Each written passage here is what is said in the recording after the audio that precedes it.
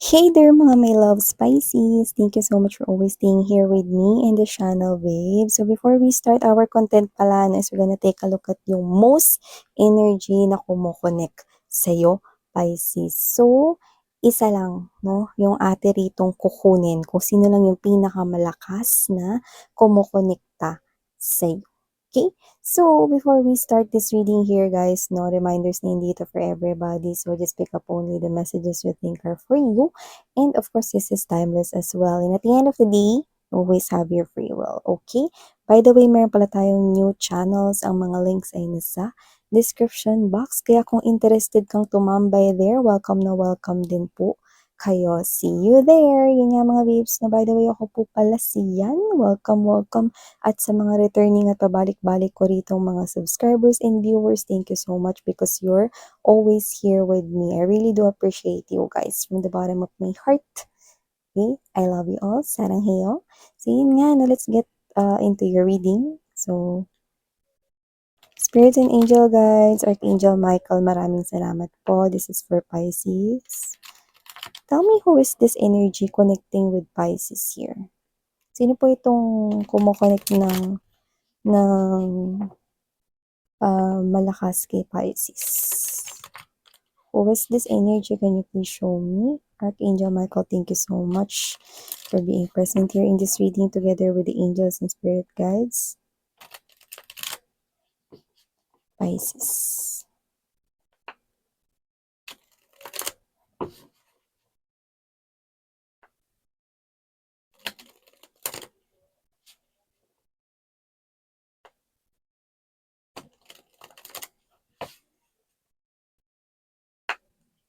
This is for Pisces.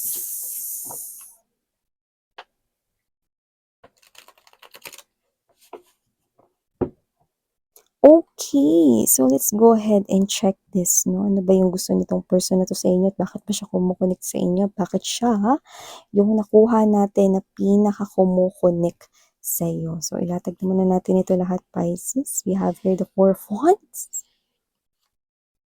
Three of Wands. Sun energy. Nine of Wands. Knight of Cups. Devil, yeah. But here, the devil is not something here that's negative, okay? Kaya inunahan ko na kayo mga babes.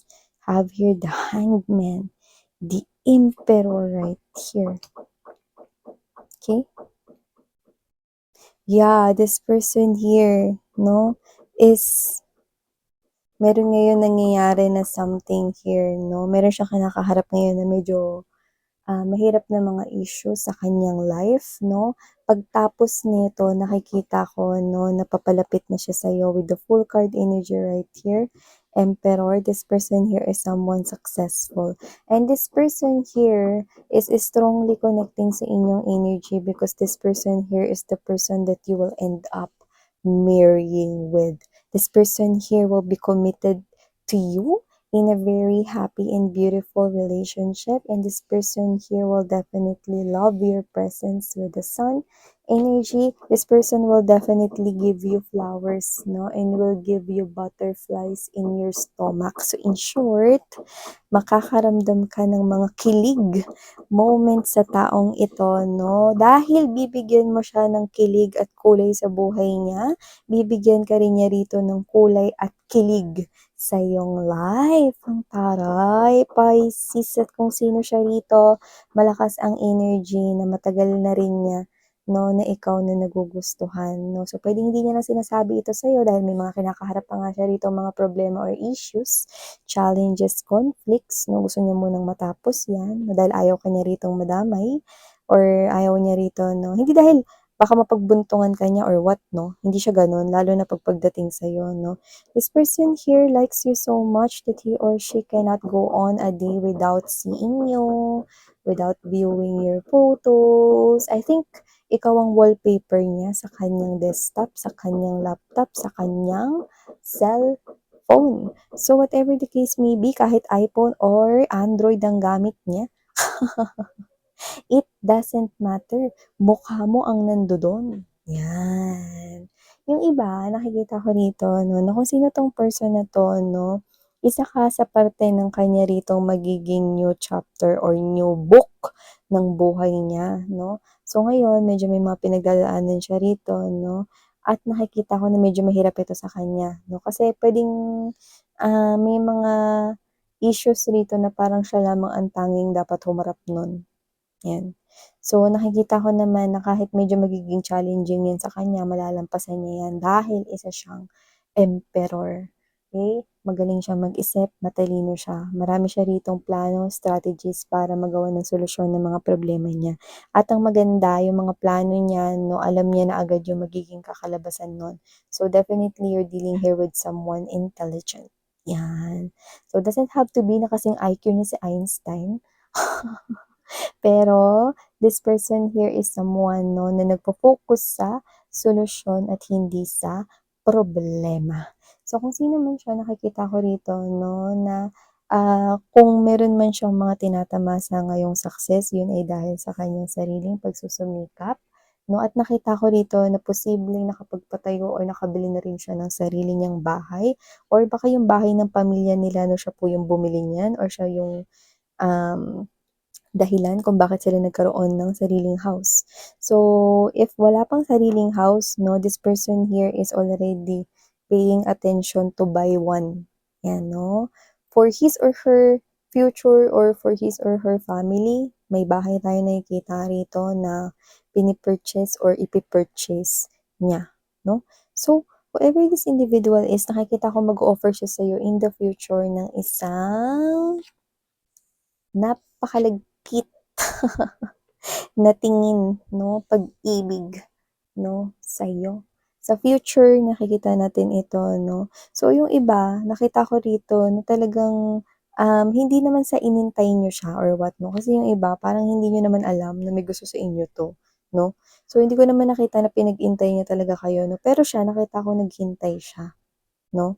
So, kaya nga sabi ko sa inyo puwedeng matagal na siyang may gusto sa inyo 'no, pero dahil nga gusto niya munang matapos ang mga problema niya rito Pisces 'no, hindi mo na siya lumapit. So, nakita ko rito na parang, kahit na matagal ka niyang inintay 'no, ta's ngayon na natatapos or 'pag natapos niya na yung mga problema niya 'no, ikaw ay available pa rin 'no, maiisip niya rito na baka talagang kami ni Pisces, 'yan 'no? Baka daw talagang kayo. Pero sa nakikita ko kayo talaga, 'yan, kayo talaga 'no. This devil right here 'no, hindi niya maiwasan, eh, hindi makita ka, hindi ka niya rito masilayan kahit sa wallpaper man lang 'no. This person here, you are his or her happy pill. Ikaw yung nagpapaligaya at nagpapasaya sa kanya, para kang vitamins 'no, na nag-e-energize sa kanya rito na lumaban sa kanyang mga, ah challenges or test sa buhay 'no, or harapin yung mga bagay rito na problema 'no, ikaw yung nagpapalakas ng loob niya ta's wala kang kamalay-malay na pinapalakas mo na pala yung loob ng person na 'to 'no, na sobrang nahuhumaling sa'yo with the Knight of Cups energy, devilish, okay combination right here. So nakikita ko rito 'no, na itong person na 'to ay hindi po siya toxic or narcissistic, hindi rin po siya ah love bomber or gaslighter here, but this person here is someone who wants to express to you continuously how intensely with the devil, yeah, intensely, how intensely his or her love and passion over you. This person here wants to sprinkle a lot of sunshine and happiness in your life. And this person is considering you as one of the biggest and brightest thing that happened in his or her entire world. Wow! Definitely, this is someone here. Yung iba nakita ko rito na may ibang lahi ito, baka half or yung iba foreigner talaga, but doesn't have to be. But this person here is willing, okay, na makasama kayo sa isang home, sa isang house. So definitely, this is someone here who wants to marry you. Yes. And I'm thinking here, no, na you will definitely be amazed by how this person here shows how passionate he or she is towards you. Okay? At kung sino man siya, Nakikita ko rito that with the Four of Wands energy, this person here will protect you and your family and your kids. He or she will protect you, okay? And will make sure na talagang mapapalaki yung mga bata at makakapag-aral sa magandang universities, no? At talagang mabibigyan rito ng magandang buhay kayo, no? So, wala tayong gender dito, by lalaki, LGBT. Kung sino man to, willing to protect this family, okay? Sa lahat ng kanyang makakaya, buo niya rito makakaya. Okay? Ang kanya rito, no, na mga blessings ay hindi niya rito ipagdadamot. Bagkus, i-share at magsusumikap pa para sa magandang pamumuhay na ibibigay sa iyo at sa magiging pamilya ninyo, sa inyong dalawa, no, sa inyong family, no? And if you are LGBT, no, sa inyong connection, sa inyong home, you are each other's home. You are each other's home. Okay? So yeah, okay, I do pick up right here that this is someone here who will definitely, no, inaasikaso niya ngayon yung mga bagay-bagay or mga gusot-gusot ngayon sa kanyang life na para pag pumasok at nag-offer siya sa'yo, wala na ritong kailangan pang ibang intindihin kundi ikaw lamang. Taray! Sino ka dyan? So, sa nakikita ko dito, Pisces, I like it, no? Kasi nakikita ko may effort siya. Pag-i-effortan niya talaga to, no?